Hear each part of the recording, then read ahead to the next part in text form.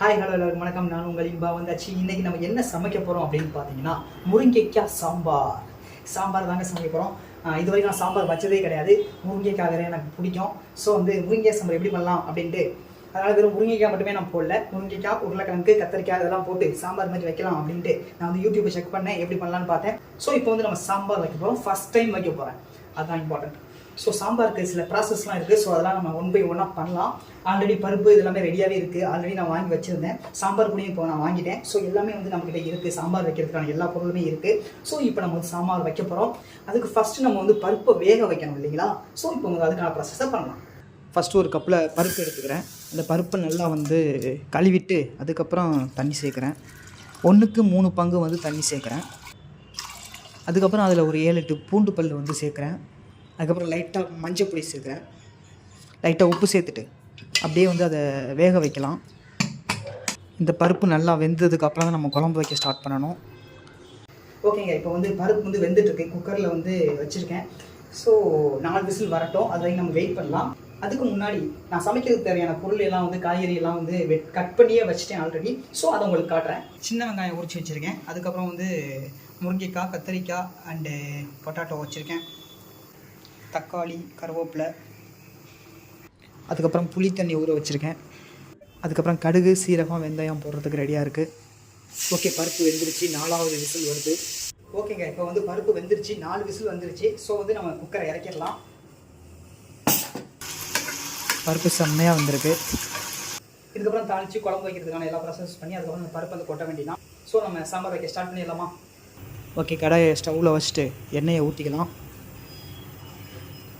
எண்ணெய் காய்ச்சதுக்கப்புறம் தேவையான அளவு கடுகு, சீரகம் போட்டுக்கலாம். லைட்டாக கொஞ்சம் வெந்தயம் போட்டுக்கலாம். அதுக்கப்புறம் 2 பச்சை மிளகா கீறி விட்டு போடுறேன். அதுக்கப்புறம் நான் உரிச்சு வச்சுருக்கிற சின்ன வெங்காயத்தை போடலாம். வெங்காயம் சீக்கிரம் வதங்கணுங்கிறதுக்காக ஃபஸ்ட்டே கொஞ்சம் உப்பு போட்டுக்கலாம். அதுக்கப்புறம் லாஸ்ட்டில் உப்பு பத்தலைன்னா நம்ம திரும்பவும் போட்டுக்கலாம். கொஞ்சமாக கருவேப்பிலை போட்டுக்கலாம். அதுக்கப்புறம் தக்காளி 2 தக்காளி கட் பண்ணி வச்சுருக்கேன், அதை போட்டுக்கலாம்.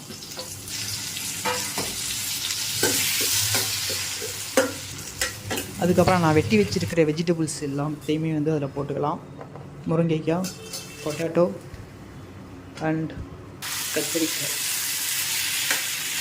எல்லாத்தையும் போட்டு அதுக்கப்புறம் சாம்பார் பொடி வாங்கி வச்சுக்கோங்க. சாம்பார் பொடியை நமக்கு தேவையான அளவுக்கு நல்லா போட்டுக்கலாம். அப்படியே கொஞ்சம் நேரம் நல்லா கிளறி விட்டு லைட்டாக தண்ணி சேர்த்துக்கலாம். திரும்பவும் நம்ம தண்ணி சேர்க்க வேண்டியது வரும்.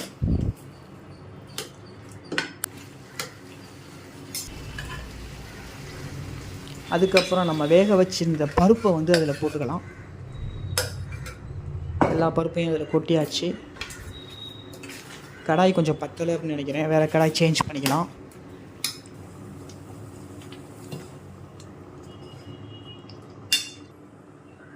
ஓகே, இப்போ நம்ம கரைச்சி வச்சுருக்க புளி தண்ணியை ஊற்றலாம்.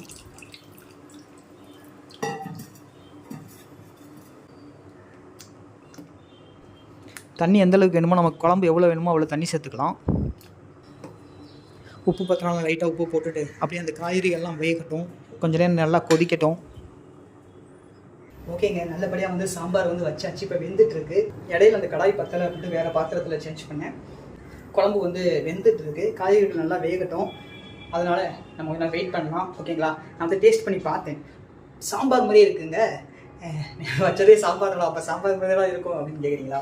நிஜமாகவே சாம்பார் மாதிரி இருந்துச்சு. நல்லா டேஸ்ட்டாகவும் இருந்துச்சு. உப்பு லைட்டாக போட்டேன். உப்பு பற்ற வச்சு உப்பு கொஞ்சம் போட்டேன். கரெக்டாகிடுச்சு.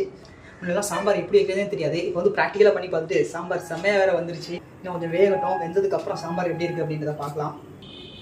சாம்பார் எப்படி இருக்கணுமோ, ரொம்ப கட்டியாகவும் இல்லாமல் ரொம்ப தண்ணியாகவும் இல்லாமல் மிதமான கட்டியாக எனக்கு பிடிச்ச மாதிரி நான் வச்சுருக்கேன். திறந்து பார்த்தோம் அப்படின்னா செம்மையாக தான் இருக்குது பார்க்குறதுக்கு. ஸோ நல்லா வேகட்டும். காய்கறிகள்லாம் முருங்கைக்காய் நல்லா வேகணும். ரொம்ப நாளாக சாம்பார் வைக்கணும் அப்படின்னு நான் நினச்சிட்டே இருந்தேன். ஸோ குக்கர் இல்லை. பட் இப்போ நம்மக்கிட்ட குக்கர் வந்துருச்சு, சின்ன குக்கர். ஓகே, அதனால் நம்ம சாம்பார் பண்ண ரெடி ஆகிட்டோம். சாம்பாரும் வச்சுட்டோம். சாம்பார் செம்மையாக கொதிச்சிட்ருக்கு பாருங்கள். குழம்பு கொதிக்குது. வெஜிடபிள்ஸ் வெந்துட்டுருக்கு. நல்லா மணக்குதுங்க சாம்பார். ஆஹா, சாம்பார் மனம் செம்மையாக வந்திருக்கு. ஸோ டேஸ்ட் வேறு பண்ணி பார்த்தீங்கன்னா நல்லா தான் இருக்கும். காய்கறி வேக வேண்டியது மட்டும்தான். ஸோ கண்டிப்பாக சாம்பார் செம்மையாக தான் இருக்கும். வெஜிடபிள்ஸ்லாம் இன்னும் நல்லாவே வேகட்டும். கொஞ்சமாக டேஸ்ட் பண்ணி பார்க்கலாம்.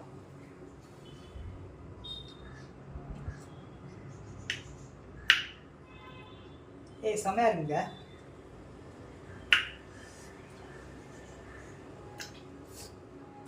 செம்மையா சாம்பாருக்கு எவ்வளோ காரம் இருக்கணுமோ அவ்வளோ இருக்குது. உப்பும் கரெக்டாக இருக்குது.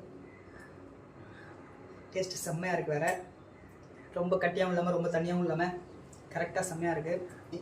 நான் பருப்பெலாம் வேக வச்சு நம்ம பண்ண வேண்டியது சில ப்ராசஸ்லாம் இருக்குது இல்லையா? ஸோ அதுக்காக தான் கொஞ்சம் யோசித்தேன் கரெக்டாக பண்ணிடுவோமா இல்லையா அப்படின்னு. பட் செம்மையாகவே வந்துருச்சு.